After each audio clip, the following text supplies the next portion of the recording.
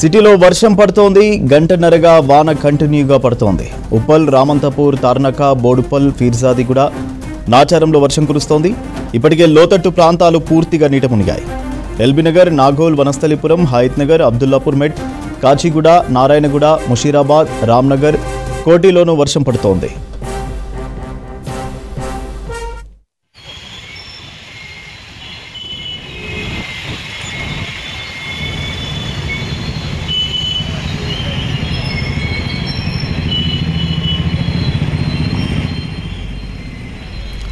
ఇటు పాత బస్తీలోనూ జోరుగా వర్షం పడుతోంది. చాంద్రాయనగుట్ట, ఫలక్నుమా, సంతోష్ నగర్, కాంచన్బాగ్, బండ్లగూడ, చత్రినాక, శాలిబండ ప్రాంతాల్లో వర్షం పడుతోంది. అవసరమైతేనే పబ్లిక్ బయటకు రావాలని అధికారులు సూచిస్తున్నారు. లోతట్టు ప్రాంతాల ప్రజలు అప్రమత్తంగా ఉండాలని హెచ్చరికలు జారీ చేశారు. మరోవైపు జీహెచ్ఎంసీ, హైడ్రా సిబ్బంది అలర్ట్ ఇచ్చారు. డీటెయిల్స్ అనిల్ అందిస్తారు. అనిల్, సిటీలో మళ్ళీ వర్షాలు పడుతున్నాయి కదా, అప్డేట్స్ ఏంటి?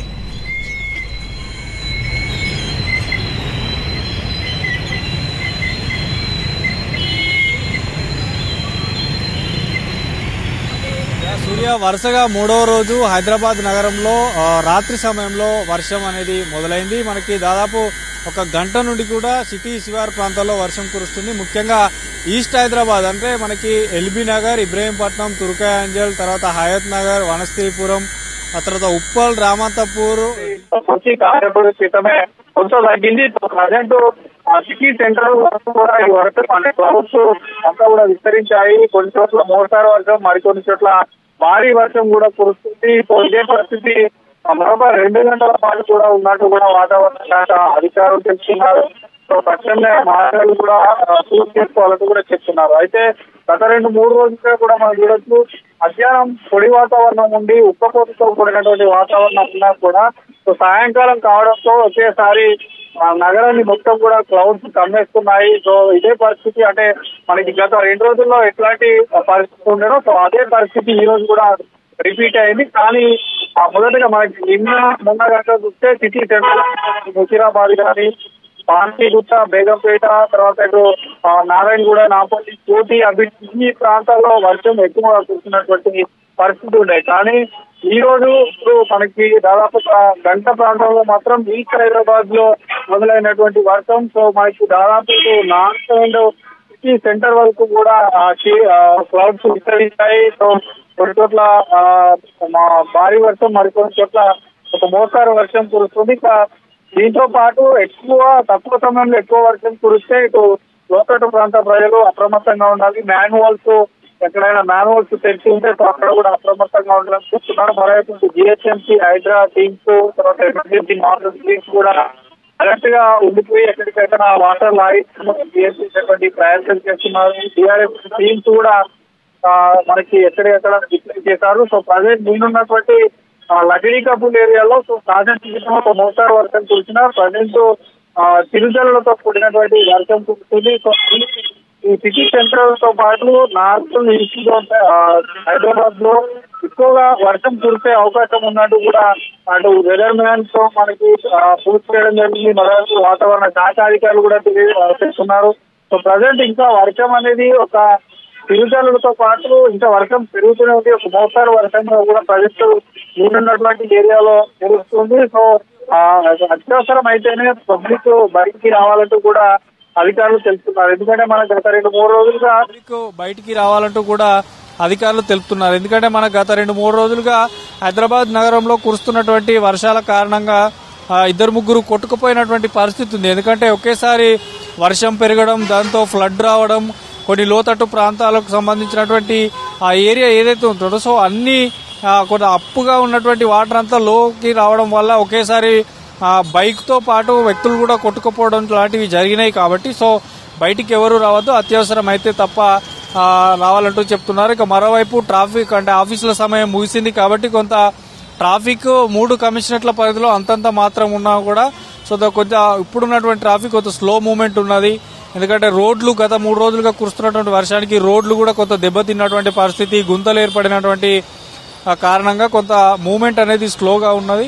సో మనకి విజువల్స్ లో చూడొచ్చు, ప్రజెంట్ అయితే ఒక మోస్తారు వర్షం లగడీకపూల్ ఏరియా అంటే సిటీ సెంట్రల్ లో కురుస్తుంది. ఇక ఎల్బీ నగర్, హయత్ నగర్, వనస్థలిపురంలో మాత్రం భారీ వర్షం ఇంకా కురుస్తుంది చెప్తున్నారు. ఇంకా మరోవైపు వర్షం తగ్గినా కూడా అక్కడ కొంత వరద తీవ్రత కూడా ఉందంటూ కూడా మనకి తెలుస్తుంది విజువల్స్ లో చూస్తే. ఇక ఉప్పల్ రామంతపూర్, తర్వాత అటు స్ట్రీట్ నెంబర్ 8 అప్సిగూడ, తర్వాత మనకి మెట్టుగూడ, జేబీఎస్, పరేడ్ గ్రౌండ్, తర్వాత మనకి ఏదైతే అటు ఉన్నటువంటి ఏరియా అల్వాల్ కానీ బొల్లారం వరకు కూడా ఈ క్లౌడ్స్ పూర్తిగా విస్తరించి ఉన్నాయి. కాబట్టి సో ఈ నైట్ టైంలో ఎక్కువగా వర్షం కురుస్తుంది కాబట్టి అప్రమత్తంగా ఉండాలంటూ కూడా అధికారులు చెప్తున్నారు. ఇక మరోవైపు ట్రాఫిక్ పోలీసులు కూడా 3 కమిషనరేట్ల పరిధిలో ఇటు సైబరాబాద్, రాచకొండ, హైదరాబాద్ అంటే ఎక్కువగా ప్రజెంట్ రాచకొండ, హైదరాబాద్కి సంబంధించినటువంటి ఏరియాల పోలీసులు కూడా అలర్ట్ అయిపోయారు. సో ఎక్కడికక్కడ ట్రాఫిక్ సంబంధించి కానీ ఏదైనా వెహికల్స్ బ్రేక్ అవుతే బ్రేక్ డౌన్కి సంబంధించినటువంటి వెహికల్ని అక్కడి నుంచి బయటికి తీయడం లాంటివి కానీ సో అట్లాంటి అంతా కూడా అక్కడ పోలీసులు అలర్ట్ అయిపోయారు. సో మనకి చూడొచ్చు గంటకి 40 నుంచి 50 కిలోమీటర్ల వేగంతో గాలులు కూడా వీస్తున్నాయి. కాబట్టి ఈ చెట్లు కానీ తర్వాత ఈ బిల్ బోర్డ్స్కు సంబంధించినటువంటి వద్ద ఎవరు ఉండకూడదంటూ చెప్తున్నారు. మరోవైపు ఈ గాలులు వీచే సమయంలో ఎక్కువగా పాత గోడల వద్ద కూడా ఉంటే కొంత ఇబ్బందులు ఏర్పడేటువంటి అవకాశం ఉంటుంది. ఎందుకంటే గతంలో కొన్ని పరిస్థితులు చూసాం, వ్యక్తుల మీద పడడం కానీ లేదంటే ఇక్కడ వెహికల్స్ మీద పడడం వల్ల కూడా దెబ్బతిన్నటువంటి పరిస్థితి. కాబట్టి సో అప్రమత్తంగా ఉండాలంటే చెప్తున్నారు. ఇదే పరిస్థితి అంటే మనకి రాత్రి సమయంలో ఎక్కువ వర్షం కురిస్తే మాత్రం అప్రమత్తంగా ఉండాలంటూ కూడా అధికారులు చెప్తున్నారు. మరోవైపు ఇప్పటికే అటు మొన్న కురిసినటువంటి వర్షానికి కూడా ప్రభుత్వ అధికారులు కూడా జిహెచ్ఎంసీతో పాటు ప్రభుత్వ అధికారులు కూడా అలర్ట్ అయిపోయారు. అధికారులను కూడా ఎప్పటికప్పుడు అప్రమత్తంగా ఉండాలని చెప్తున్నారు. సో మనం ప్రజెంట్ చూడొచ్చు వర్షం ఇంకా పెరుగుతూనే ఉంది కానీ తగ్గడం లేదు. మనకి గత 10 నిమిషాల నుండి ఒక రకంగా ఉంటే సో ఇంకా వర్ష తీవ్రత అనేది పెరుగుతూనే ఉన్నది.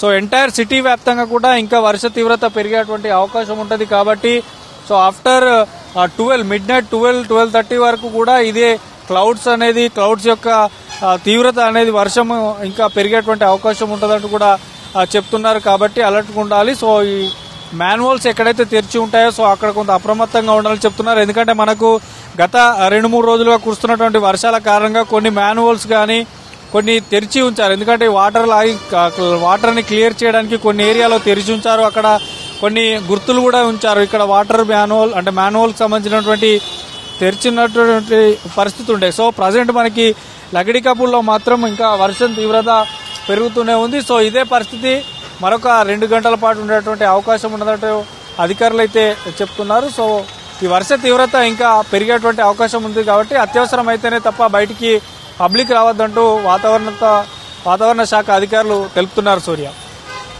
Right, thank you Anil.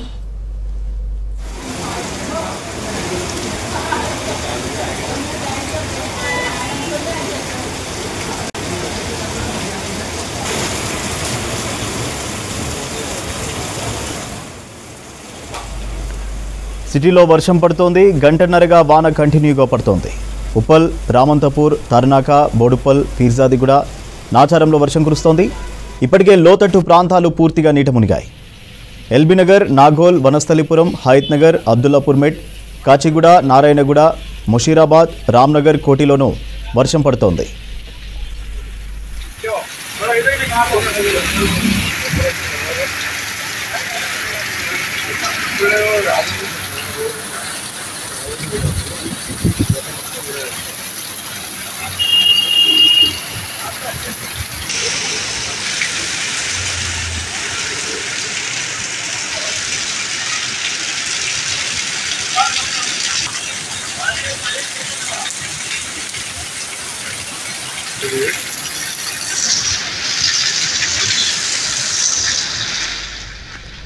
ఇటు పాత బస్తీలోనూ జోరుగా వర్షం పడుతోంది. చాంద్రాయనగుట్ట, ఫలక్నుమా, సంతోష్ నగర్, కాంచన్బాగ్, బండ్లగూడ, చత్రినాక, శాలిబండ ప్రాంతాల్లో రెయిన్ కురుస్తోంది. అవసరమైతేనే పబ్లిక్ బయటకు రావాలని అధికారులు సూచిస్తున్నారు. లోతట్టు ప్రాంతాల ప్రజలు అప్రమత్తంగా ఉండాలని హెచ్చరికలు జారీ చేశారు. మరోవైపు జిహెచ్ఎంసీ, హైడ్రా సిబ్బంది సహాయక చర్యలు చేపడుతున్నారు.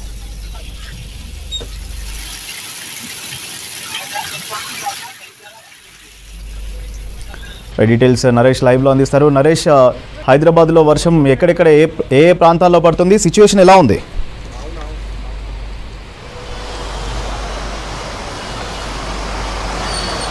సూర్య, దాదాపు ఒక గంట సేపటి నుంచి అయితే హైదరాబాద్లోని పలు ప్రాంతాల్లో వర్షం కొన్ని ప్రాంతాల్లో అయితే మోస్తారు వర్షం కురుస్తుంది, మరికొన్ని ప్రాంతాల్లో అయితే భారీ వర్షం కురుస్తున్నటువంటి సిచ్యువేషన్ అయితే ఉంది. ప్రస్తుతం మనం ఎర్రగడ్డకు సంబంధించినటువంటి పరిసర ప్రాంతాల్లో ఉన్నాం. ఈ ప్రాంతంలో కాసేపటి వరకు అయితే చిరుజల్లులతోటి కూడినటువంటి వర్షం కురిసింది. ప్రస్తుతం కూడా చిరుజల్లులు కురుస్తూ ఉన్నాయి.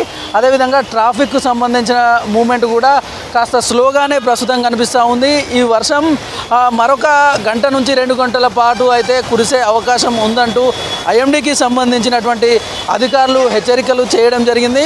ముఖ్యంగా ఈ Banjara Hills, Jubilee Hills, Mehdipatnam, Lakdikapul, Khairatabad, Panjagutta, Yousufguda, Ameerpet, Balanagar, Kukatpally, JNTU, Miyapur, ఇటు పటంచెరు ఈ వైపు అయితే చిరుజల్లులతోటి కూడినటువంటి వర్షం కురుస్తూ ఉంది. మరి కాసేపట్లో ఈ ప్రాంతాలన్నింటిలో కూడా భారీ వర్షం కురిసే అవకాశం ఉందంటూ కూడా ఐఎండీకి సంబంధించినటువంటి అధికారులు హెచ్చరికలను అయితే జారీ చేయడం జరిగింది.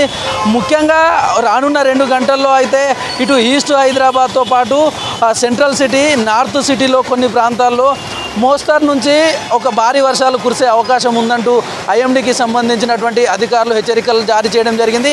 ఈ హెచ్చరికలు అంటే దాదాపు సిటీలో ఒక 2-3 రోజుల నుంచి అయితే ఈవినింగ్ టైం నుంచి అర్ధరాత్రి టైంలో అయితే భారీ ఎత్తున వర్షాలు కురుస్తూ ఉన్నాయి. కొన్ని ప్రాంతాలు లోతట్టు ప్రాంతాల్లో అయితే మోకాళ్ళ లోతు వరకు వాటర్ వచ్చినటువంటి సిచ్యువేషన్స్ని మనం చూసాము. ప్రజెంట్ ఈ వర్షాల నేపథ్యంలో అయితే ఐఎండీకి సంబంధించినటువంటి అధికారులు, అదేవిధంగా జిహెచ్ఎంసీకి సంబంధించినటువంటి అధికారులతో పాటు హైడ్రాకు సంబంధించినటువంటి టీమ్స్, వాటితో పాటు మాన్సూన్ టీమ్స్ అన్నీ కూడా అలర్ట్ అయ్యాయి. లోతట్టు ప్రాంతాలలో ఎక్కడెక్కడైతే వాటర్ స్టాగ్నేటింగ్ అవుతుందో ఆ ప్రాంతాలన్నింటిలో కూడా ఈ జిహెచ్ఎంసీకి సంబంధించినటువంటి అధికారులను, మాన్సూన్కు సంబంధించినటువంటి టీమ్స్ అన్నింటినీ కూడా అధికారులు అలర్ట్ చేయడం జరిగింది. ముఖ్యంగా ఈ ఇబ్రహీంపట్నము, హయత్ నగరు, ఎల్బీ నగరు ఆ పరిసర ప్రాంతాల్లో అయితే ఎక్కువగా వర్షం కురిసే అవకాశం ఉందంటూ కూడా అధికారులు హెచ్చరికలు చేయడంతో ఆ పరిసర ప్రాంతాల్లో ఉన్నటువంటి లోతట్టు ప్రాంతాలను అయితే అధికారులు అలర్ట్ చేయడం జరిగింది. అటు సైడ్ ఉన్నటువంటి లోతట్టు ప్రాంతాల్లో మ్యాన్ హోల్స్ కానివ్వండి, అట్లాంటి ప్రాంతాలన్నింటిలో కూడా మాన్సూన్స్కు సంబంధించినటువంటి టీమ్స్ అలర్ట్గా ఉన్నాయి.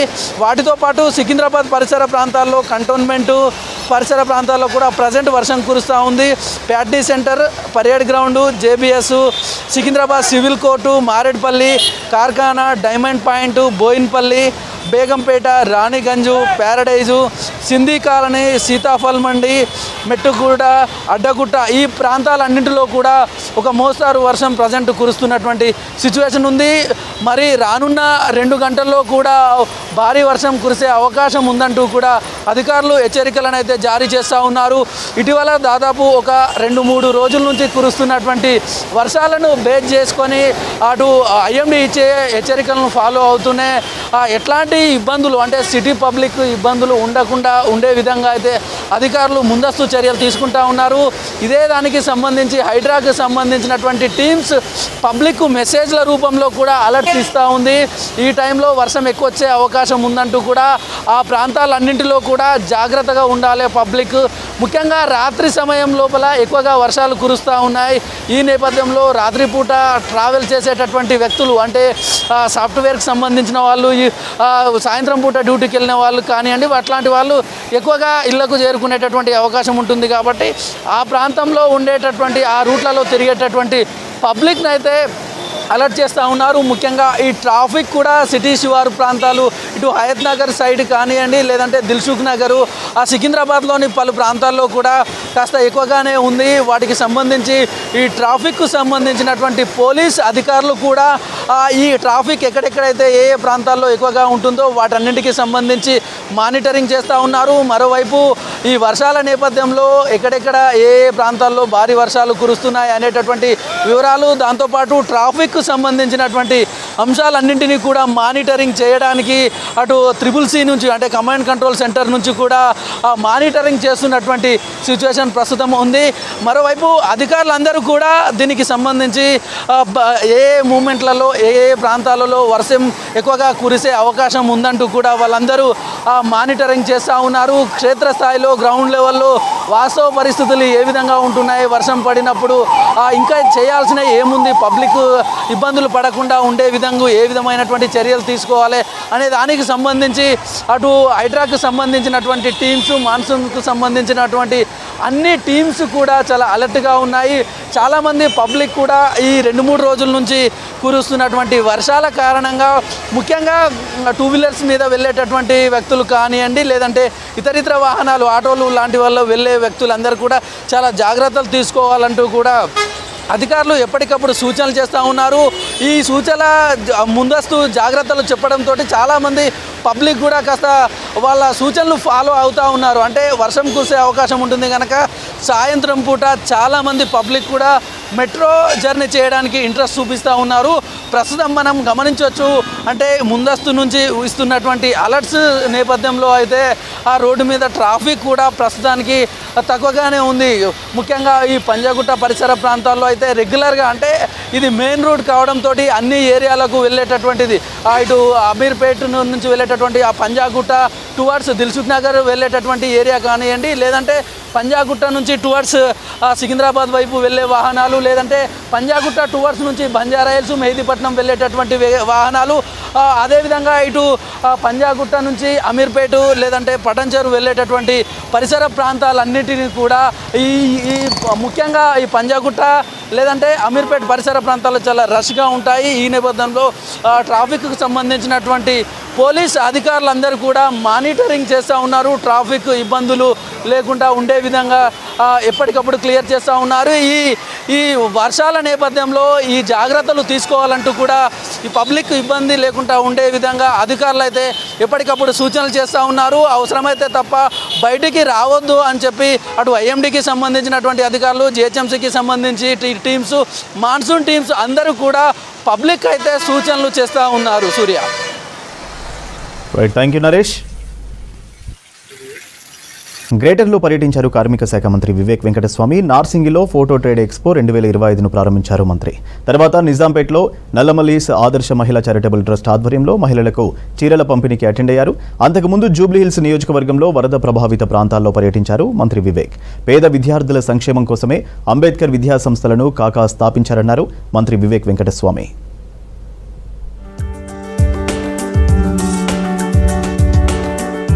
పేద విద్యార్థుల కోసమే కాకా అంబేద్కర్ విద్యా సంస్థలను స్థాపించారన్నారు కార్మిక శాఖ మంత్రి వివేక్ వెంకటస్వామి. 75% మార్కులు వచ్చిన వారందరికీ కాలేజీల్లో ఫ్రీ సీట్ అన్నారు. హైదరాబాద్ నార్సింగ్లో ఫోటో ట్రేడ్ ఎక్స్పో 2025ను ప్రారంభించారు మంత్రి. సిటీలో ఫోటోగ్రఫీ భవన్ ఇష్యూను సీఎం దృష్టికి తీసుకెళ్తామన్నారు. పెద్దపల్లి జిల్లాలో ఫోటోగ్రఫీ భవన్కు 10 లక్షల నిధులను ఎంపీ వంశీకృష్ణ ఇస్తారని చెప్పారు. కార్యక్రమంలో ఎమ్మెల్యే వెడ్మ బొజ్జు పాల్గొన్నారు. ఇవన్నీ కూడా లోయెస్ట్ స్లాబ్లో ఉండాలి. 5% స్లాబ్లో ఉంటే బాగుంటుంది. డెఫినెట్లీ నేను కూడా మంత్రి వర్గంగా ఉండి నిర్మలా సీతారామన్కి రాస్తాను. మా అబ్బాయి కూడా మెంబర్ ఆఫ్ పార్లమెంట్, ఆయనను కూడా టేకప్ చేయమని చెప్తాను. ఎందుకంటే ఆయన ఢిల్లీలో ఉంటాడు, రోజు కలుస్తూ ఉంటాడు. మీ సమస్య ఏదైతే ఉందో వారికి చెప్పే అవసరం. కానీ అప్పటి వరకు మీరు ఏదైతే కోరినారో 9% స్టేట్ జిఎస్టీ ఏదైతే ఉందో దాంట్లో ఇంతకుముందు రామరెడ్డి గారు చెప్పినారు, టీఆర్ఎస్ హయాంలో మొత్తం రాష్ట్రాన్ని అప్పుల రాష్ట్రం చేసేసి ఖజానా ఖాళీ పెట్టినారు. సో రేవంత్ రెడ్డి గారి దగ్గరికి వెళ్ళి ఏదైనా ప్రపోజల్ తీసుకువెళ్తే ఇదే చెప్తుంటారు, అరే మీకు తెలుసు ఎట్లా ఉంది ఆర్థిక పరిస్థితి, మేము రెవెన్యూ పెంచడానికి మేము ప్రయత్నం చేస్తున్నాము, మీరు ట్యాక్స్ తగ్గిమంటే ఎట్లా అవుతుందని చెప్పి అన్ని చోట్ల మాట్లాడుతూ ఉంటారు. సిటీలో నిరుపయోగంగా ఉన్న డబుల్ బెడ్రూమ్ ఇళ్లను అర్హులకు అందించేలా చర్యలు తీసుకుంటామన్నారు మంత్రి వివేక్ వెంకటస్వామి. వచ్చే కేబినెట్ లో ఇళ్ల కేటాయింపులపై ప్రస్తావిస్తానని, సీఎంతోనూ ప్రత్యేకంగా మాట్లాడతానని చెప్పారు. నిజాంపేటలో నల్లమల్లి ఆదర్శ మహిళా చారిటబుల్ ట్రస్ట్ ఆధ్వర్యంలో మహిళలకు చీరల పంపిణీ కార్యక్రమానికి హాజరయ్యారు మంత్రి. అన్ని రంగాల్లో కార్మికులకు ఏఐలో ట్రైనింగ్ ఇచ్చేందుకు నిపుణులు ముందుకు రావాలన్నారు. ఏఐ శిక్షణలో ప్రభుత్వం నుంచి పూర్తి సహకారం ఉంటుందని తెలిపారు మంత్రి వివేక్. సెల్ఫ్ హెల్ప్ గ్రూప్స్ కి అందరికీ కూడా 21,000 కోట్ల రూపాయలు వడ్డీ లేని రుణాలు కూడా మహిళలకు ఇవ్వడం జరిగింది. ఈ సందర్భమున రాష్ట్ర ప్రభుత్వం ఏదైతే పట్టుదలతోని మహిళలకు ఆర్థికంగా ముందుకు వెళ్ళాలి, వీళ్ళందరికీ ఆదుకోవాలని చెప్పి మైనారిటీస్కి కుటుంబ మిషన్లు కూడా పంపిణీ చేయడం జరుగుతుంది. సో ఈ నిజాంపేట్ గ్రామ ప్రజలందరికీ కూడా ఇదే గుర్తు చేయడానికి మేము రావడం జరిగింది. కాకస్ఫూర్తితో దళితుల అభ్యున్నతికి కట్టుబడి ఉంటానని చెప్పారు మంత్రి వివేక్ వెంకటస్వామి. నిత్యం దళితుల వెంటే ఉంటానని చెప్పారు. రవీంద్ర భారతిలో దళిత జర్నలిస్టుల ఫోరం రాష్ట్ర మహాసభకు హాజరయ్యారు మంత్రి. దళితులు తమ హక్కులను దక్కించుకోవాలని చెప్పారు. బడ్జెట్లో 18% కేటాయిస్తే దళితుల సమస్యలు తీరుతాయన్నారు. ఇదే విషయం గతంలో తాను అసెంబ్లీలోనూ ప్రస్తావించానన్నారు. ఆర్థిక కారణాలతో కాస్త ఆలస్యమవుతుందని, తప్పకుండా దళితుల సమస్యలు పరిష్కరిస్తామని చెప్పారు వివేక్. చాలా సంతోషంగా ఉంది ఇవాళ అందరు దళిత సోదరులను కలుసుకోవడానికి. నేను అసెంబ్లీలో బడ్జెట్ డిస్కషన్ అయినప్పుడు నేను అప్పుడు కూడా ఇదే కొట్టాడడం జరిగింది. 18% ఏదైతే నిధులు కేటాయించాలో అది ఎస్సీస్కి దళితులకు కేటాయించాలని చెప్పి నేను డిమాండ్ చేయడం జరిగింది. 18% ఏదైతే బడ్జెట్ దళితులకు కేటాయిస్తే మీరు అడిగిన సమస్యలు అన్నీ కూడా పూర్తిగా అయిపోతుంది. అభయహస్తం అన్నీ కూడా ఇంక్లూడ్ అవుతాయి. ముఖ్యమంత్రి గారితో మాట్లాడి ఈ అక్రెడిషన్ కమిటీలో పెట్టొద్దని చెప్పి కూడా మీరు ఒక రిప్రజెంటేషన్ ఇస్తే ఫస్ట్ అది నేను దాని మీద ఇమీడియట్లీ ఆర్డర్స్ ఇచ్చేలాగా ప్రయత్నం చేస్తాను. అంతకుముందు జూబ్లీహిల్స్ నియోజకవర్గంలో వరద ప్రభావిత ప్రాంతాల్లో పర్యటించారు మంత్రి వివేక్ వెంకటస్వామి. షేక్పేట్ డివిజన్లో ముంపుకు గురైన ఏరియాలను పరిశీలించారు. Mayor Gadwal Vijayalakshmi, Waqf board chairman Syed Azmatullah party నేతలతో కలిసి కాలనీలో పర్యటించారు. హకీంసా కాలనీ, విరాట్ నగర్ నాలాను పరిశీలించారు. హకీంసా కాలనీలో మసీదు దగ్గర వరద ఎఫెక్ట్ను పరిశీలించారు.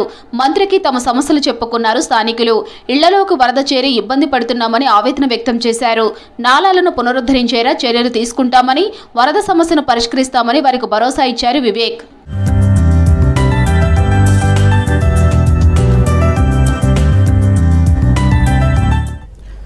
రాష్ట్రంలో ఎండోమెంట్ ఉద్యోగులకు ఎటువంటి కష్టం వచ్చినా ప్రభుత్వం అండగా ఉంటుందన్నారు మంత్రి కొండా సురేఖ. విధి నిర్వహణలో మరణించిన వారి కుటుంబాలకు బాధ్యతగా సాయం చేయాల్సిన అవసరం ఉందని గుర్తు చేశారు. హైదరాబాద్ సెక్రటేరియట్లోని ఛాంబర్లో స్టేట్ ఎండోమెంట్ శాఖ పరిధిలో 20 బాధిత కుటుంబాలకు ₹1,05,00,000 చెక్కులను అందజేశారు మంత్రి సురేఖ. పరిహారం త్వరగా వచ్చేలా చేసినందుకు మంత్రి కొండా సురేఖకు కృతజ్ఞతలు తెలిపారు బాధిత కుటుంబ సభ్యులు.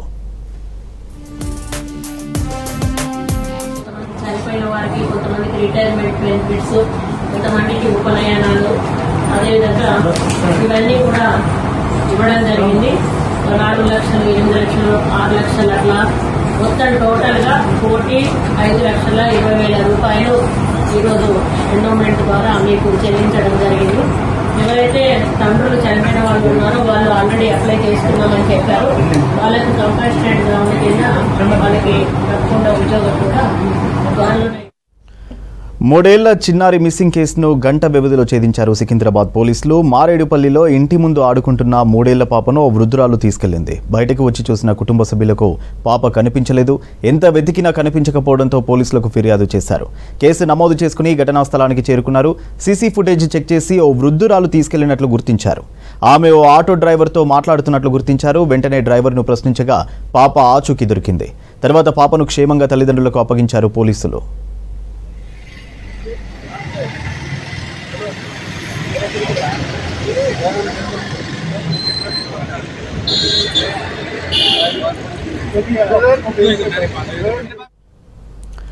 హైదరాబాద్ క్రికెట్ అసోసియేషన్లో మరోసారి వివాదం నెలకొంది. హెచ్సీఏ యాక్టింగ్ ప్రెసిడెంట్గా ఉన్న దల్జిత్పై బీసీసీఐకి ఫిర్యాదు చేసిన పలువురు క్లబ్ సెక్రటరీలు ఈ నెల 28న ముంబైలో జరిగే బీసీసీఐ 95వ ఏజీఎం సమావేశానికి హెచ్సీఏకు ఆహ్వానం అందింది.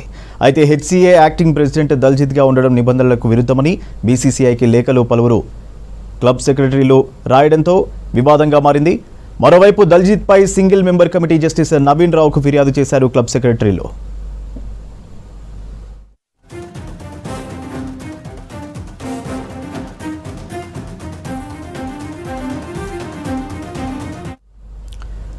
సైదాబాద్ పోలీస్ స్టేషన్ పరిధిలో 70 ఏళ్ల వృద్ధుడు శివయ్య మర్డర్ కేసును ఛేదించారు సైదాబాద్ పోలీసులు. నిందితురాలు నెనావత్ మంగ నుంచి 30 తులాల చోరీ సొత్తు స్వాధీనం చేసుకున్నారు. నిందితురాలు మంగను రిమాండ్కు తరలించారు.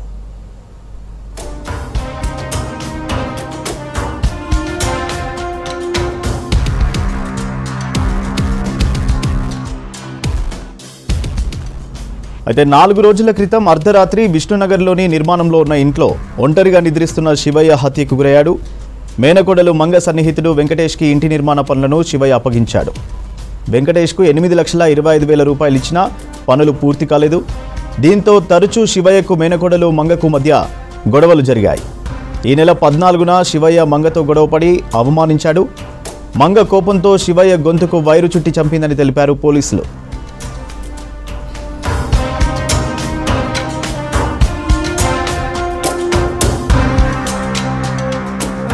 సిటీలో చైన్ స్నాచింగ్కు పాల్పడిన వ్యక్తిని అరెస్ట్ చేశారు పోలీసులు. మెహదీపట్నంలో మౌనిక రోడ్డు దాటుతుండగా ఆమె మెడలో గొలుసు లాక్కొని పరారయ్యాడు దొంగ. యువతి కేకలు వేయడంతో కానిస్టేబుల్స్ వెంబడించి అలీంను పట్టుకున్నారు. నిందితుడి దగ్గర నుంచి తులంన్నర చైన్ను స్వాధీనం చేసుకున్నారు. అతన్ని ప్రశ్నించగా చైన్ స్నాచింగ్ ఎలా చేయాలో యూట్యూబ్లో చూసి నేర్చుకున్నట్లు పోలీసుల ముందు ఒప్పుకున్నాడు నిందితుడు.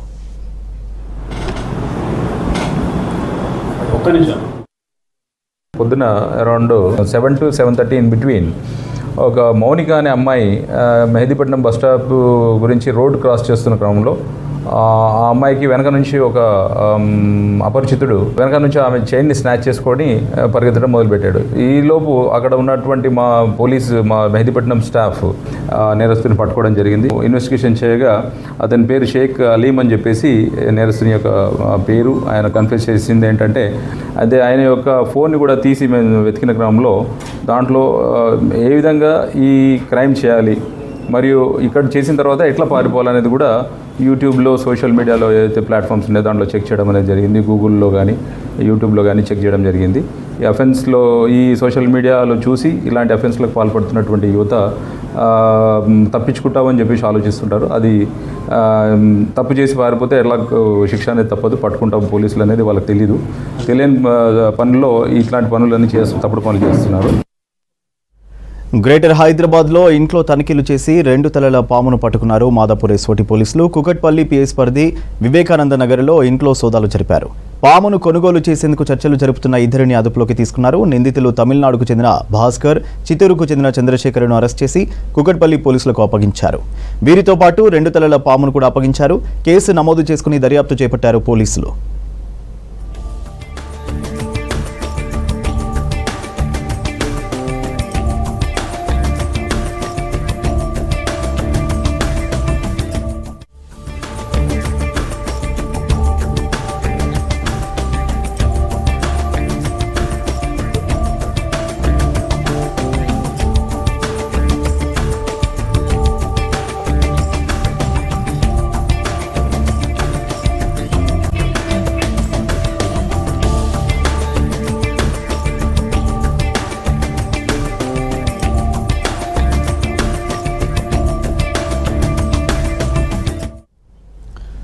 హైదరాబాద్ దోమలగూడలోని గగన్ మహల్ నాలాను పరిశీలించారు హైడ్రా కమిషనర్ రంగనాథ్. 2 రోజులుగా కురుస్తున్న వర్షాలతో అపార్ట్మెంట్లోకి భారీగా వరద నీరు చేరింది.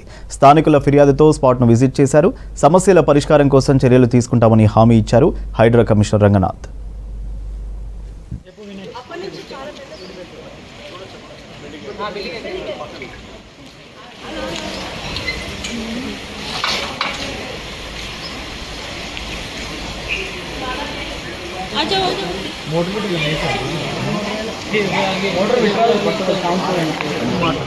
whatever has been encroached has to be removed.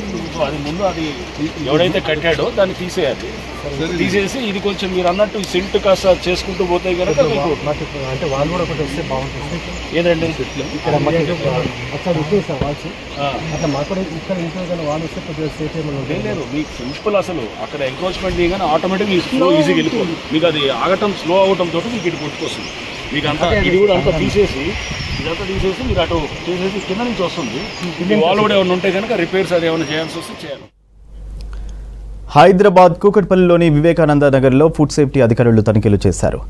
ఎకోసిరి millet food కోర్టులో వినియోగదారుడికి పాయసంలో స్క్రబ్ ఇనుప ముక్కలు రావడంతో ఫుడ్ సేఫ్టీ అధికారులకు ఫిర్యాదు చేశాడు. దాంతో ఫుడ్ కోర్టు కిచెన్, ఫ్రిడ్జ్లో ఫుడ్ ఐటమ్స్, పరిసరాలు మొత్తం పరిశీలించిన అధికారులు నిర్వాహకులకు నోటీసులు జారీ చేశారు.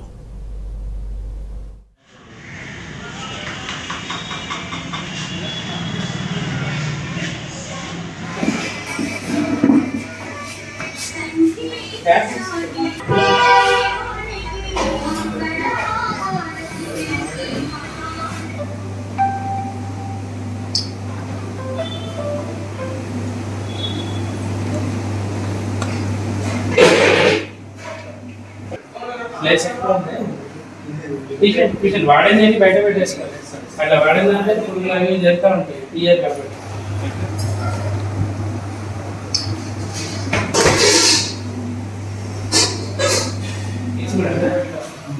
కర్రీ సాంబార్ రైస్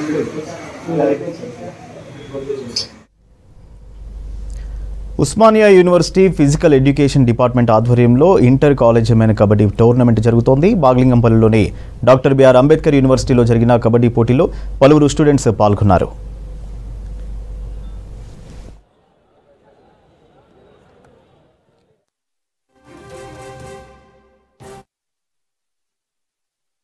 ఒక టోర్నమెంట్ ఆర్గనైజ్ చేయాలంటే అంత ఈజీ కాదు. చాలా మంది ఈ కాలేజ్ నుంచే ఈ కాలేజీలో ప్రాక్టీస్ చేసే అత్యున్నత పదవులకు పోయినరు. శ్రీనివాసరెడ్డి కూడా ఇక్కడే ప్రాక్టీస్ చేశారు. ఐపీఎల్ టీంకు మెంబర్గా ఉన్నాడు. So my dear young friends, మీరు మీ యొక్క టాలెంట్ను ఈ టోర్నమెంట్ ద్వారా ఎగ్జిబిట్ చేసి ఇంకా మునుముందుకు మంచి పొజిషన్లో మీరు పోవాలని కోరుకుంటున్నాను. I congratulate all of you for participating in the inter university kabaddi tournaments. ఈ సమకాలీన విద్యా వ్యవస్థలో ఎన్నో రకాల ఒత్తిడికి గురవుతున్నటువంటి తరుణంలో ఆటల పోటీలు అనేటువంటి ఆటల్లో పాలు పంచుకోవడం అనేటువంటిది చాలా చాలా అవసరం ఉన్నటువంటి సందర్భం. అందులో కబడ్డీ లాంటి ఆట ఆడటం అనేటువంటిది చాలా గొప్ప విషయం. అందులో పార్టిసిపేట్ అవుతున్నటువంటి విద్యార్థులందరికీ కూడా శుభాకాంక్షలు తెలియజేస్తూ, ఈ ఆటలు అంటే కేవలం ఆటలే కాదు, అది మీ మానసిక వికాసానికి, ఆరోగ్యపరమైనటువంటి శక్తియుక్తులు ఇవ్వడానికి, అనేక రకాల ఫ్రెండ్షిప్లు తెలియజేసుకోవడానికి, ఒక టీం బిల్డ్ చేసుకోవడానికి, నిత్య జీవితంలో ఎదురయ్యే అనేక ఛాలెంజెస్ని ఎదుర్కోవడానికి ఈ టీమ్ స్పిరిట్ మీ జీవితాంతం ఉపయోగపడుతుందని. నవంబర్ 2న మాలల రణభేరీ సభకు వేలాదిగా తరలివచ్చి హైదరాబాద్ను దిగ్బంధనం చేయాలన్నారు మాల మహానాడు జాతీయ ప్రెసిడెంట్ చెన్నయ్య. వనపర్తిలోని అంబేద్కర్ చౌక్లో మాలల రణభేరీ మహాసభ కరపత్రాలను ఆవిష్కరించారు చెన్నయ్య. కాంగ్రెస్ ప్రభుత్వం రోస్టర్ పాయింట్లను సరిచేసే వరకు ఎలాంటి ఉద్యోగ నియామకాలు చేపట్టరాదని డిమాండ్ చేశారు.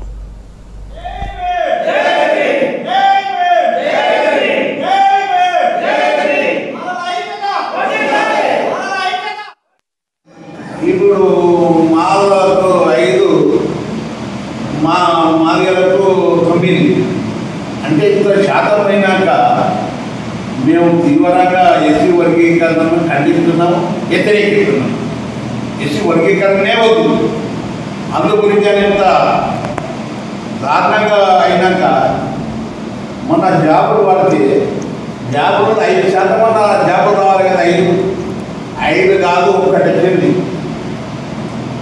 మాలలు స్కూల్లో అన్యాయం జరుగుతుంది, యూనివర్సిటీ అన్యాయం జరుగుతుంది, అన్ని కూర్చున్నతోటి అన్యాయం జరుగుతుంది. మాలలకు ఇష్కార్పొరేషన్ వల్ల అన్యాయమే.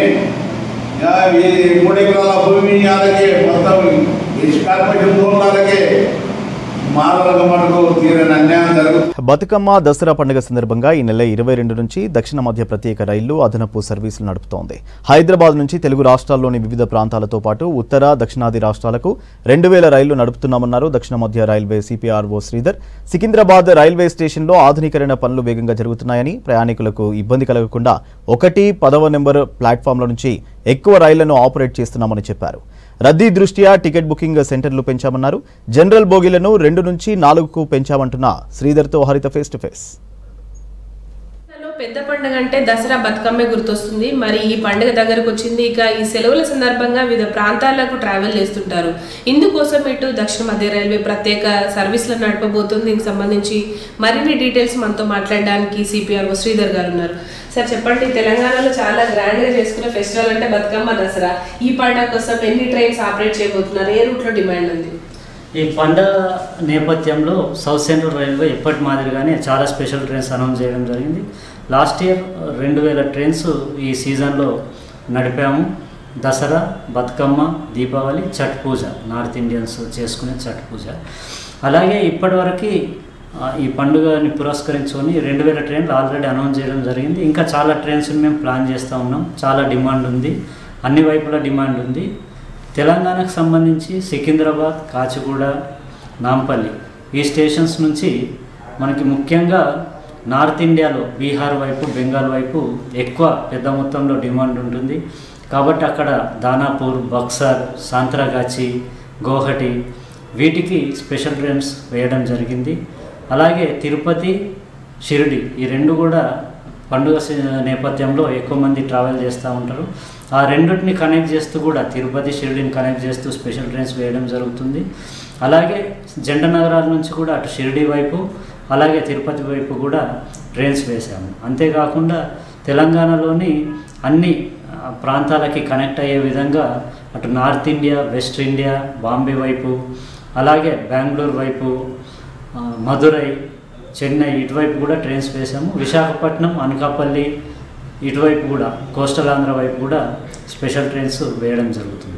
ఓకే సార్, తెలంగాణ వ్యాప్తంగా పాసింగ్ త్రూ ట్రైన్స్ కావచ్చు, వేటికి ఎక్కువ డిమాండ్ ఉంది? ప్రస్తుతం ఇటు వందే భారత్ కూడా కొత్త స్టాపేజెస్ స్టార్ట్ చేశారు కదా, డిమాండ్ ఎట్లా ఉంది?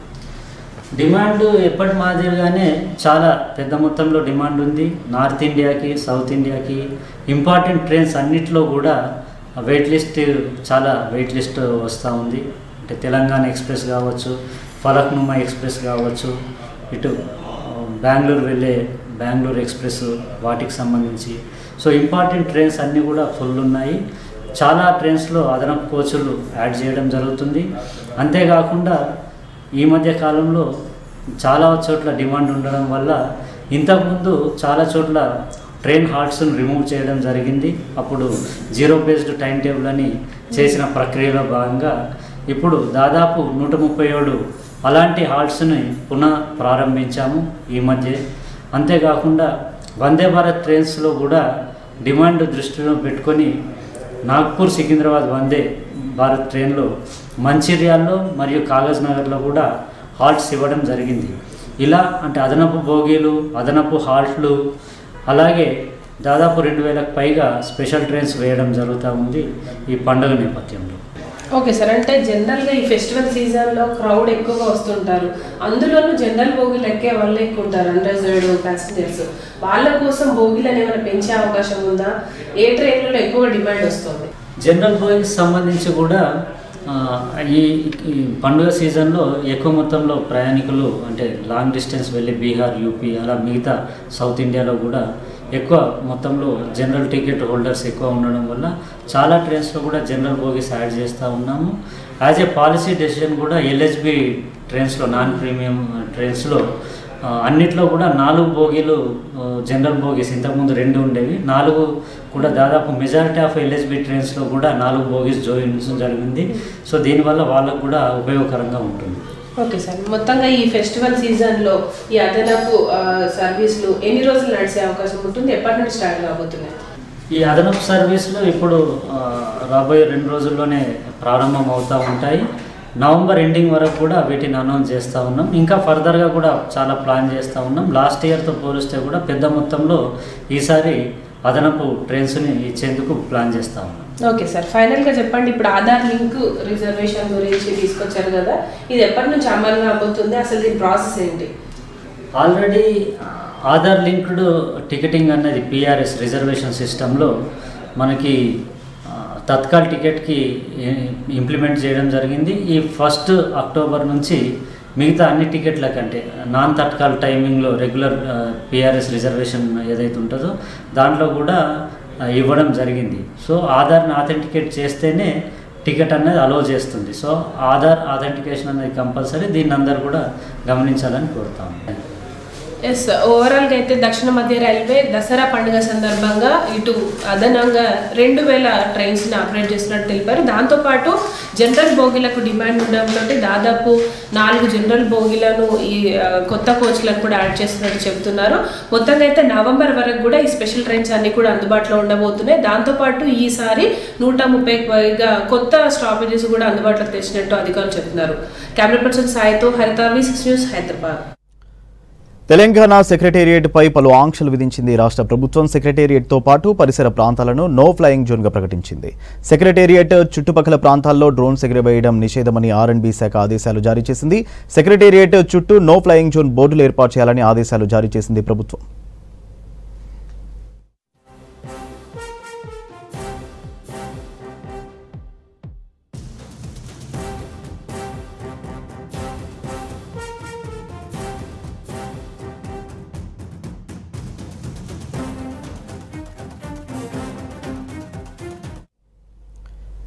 బతుకమ్మ దసరా పండుగల వేళ సైబర్ నేరగాళ్లు రెచ్చిపోయే ఛాన్స్ ఉందంటున్నారు పోలీసులు. ఆన్లైన్ షాపింగ్ కోసం అనవసరమైన లింక్స్ ఓపెన్ చేస్తే మీ ఖాతా ఖాళీ అవుతుందంటున్నారు. ఆఫర్లు ఇస్తారని ఆశపడి ఎట్టి పరిస్థితుల్లోనూ ఓటీపీ, ఏటీఎం కార్డుల నెంబర్లు చెప్పొద్దన్నారు. బ్రాండెడ్ దుస్తులు అతి తక్కువ ధరకు వస్తున్నాయని నకిలీ వెబ్సైట్లను ఆశ్రయించొద్దన్నారు. పండుగల్లో లక్కీ డ్రా పేరుతో మోసగించే ప్రయత్నాలు ఉంటాయన్నారు. ప్రయాణ టికెట్లు, గిఫ్టులు, పండుగ ఆఫర్ల పేరుతో మోసపోవద్దంటున్నారు పోలీసులు.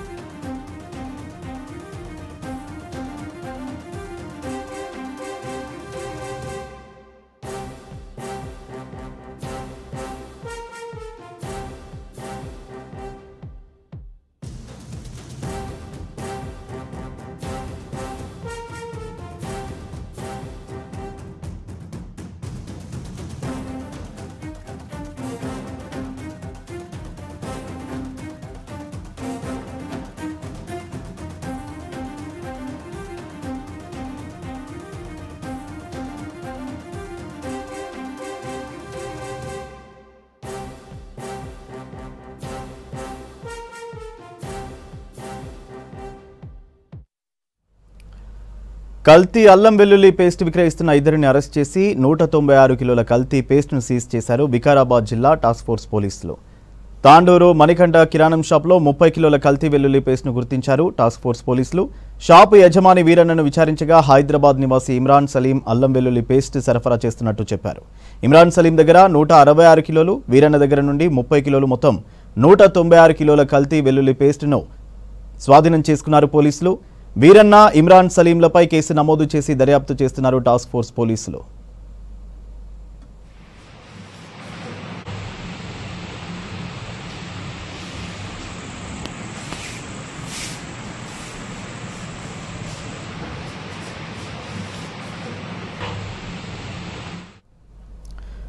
ప్రముఖ నటుడు జూనియర్ ఎన్టీఆర్ స్వల్పంగా గాయపడ్డారు. ఓ యాడ్ షూటింగ్ చేస్తుండగా ఎన్టీఆర్ స్వల్పంగా గాయపడినట్లు ఆయన కార్యాలయ సిబ్బంది ప్రకటించారు. వైద్యుల సలహాతో ఎన్టీఆర్ పూర్తిగా కోలుకోవడానికి 2 వారాలు పడుతుందని చెప్పారు. ప్రస్తుతం ఎన్టీఆర్ పరిస్థితి నార్మల్గా ఉందని, ఆందోళన చెందాల్సిన అవసరం లేదని తెలిపారు. అభిమానులు, మీడియా ఎన్టీఆర్ కండిషన్పై ఊహాగానాలకు దూరంగా ఉండాలని కోరారు.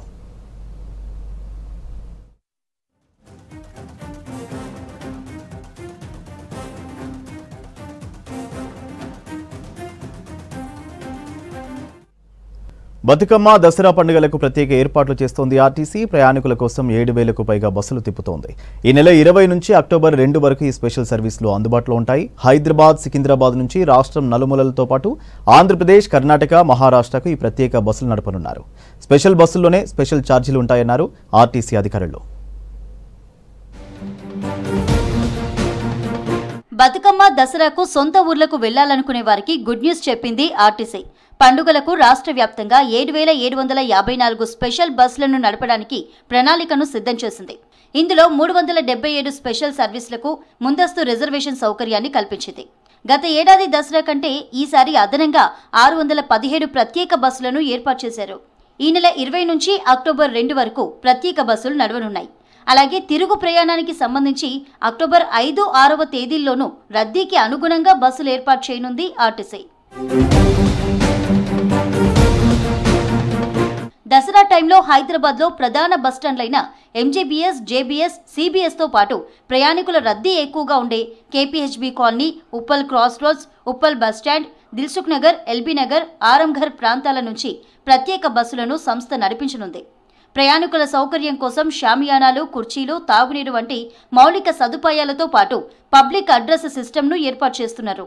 రాష్ట్రంతో పాటు ఏపీ, కర్ణాటక, మహారాష్ట్ర రాష్ట్రాలకు కూడా ఈ ప్రత్యేక బస్సులు నడుపుతోంది ఆర్టీసీ. దసరా స్పెషల్ బస్సుల్లో మాత్రమే అదనపు ఛార్జీలు వసూలు చేస్తున్నట్టు ప్రకటించింది ఆర్టీసీ. ఈ నెల 20తో పాటు 27 నుంచి 30వ తేదీ వరకు, అలాగే అక్టోబర్ 1, 5, 6వ తేదీల్లో నడిచే స్పెషల్ బస్సుల్లోనే సవరణ ఛార్జీలు అమల్లో ఉండనున్నాయి. ఆ రోజుల్లో తిరిగే రెగ్యులర్ సర్వీసుల ఛార్జీల్లో ఎలాంటి మార్పు ఉండదన్నారు ఆర్టీసీ అధికారులు. స్పెషల్ బస్సుల్లో ప్రయాణించేందుకు తమను సంప్రదించాలని చెప్పారు.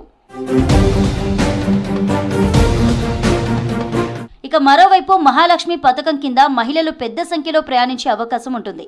మరి దీనికి తగ్గట్టుగా ఏర్పాట్లు చేస్తోంది ఆర్టీసీ.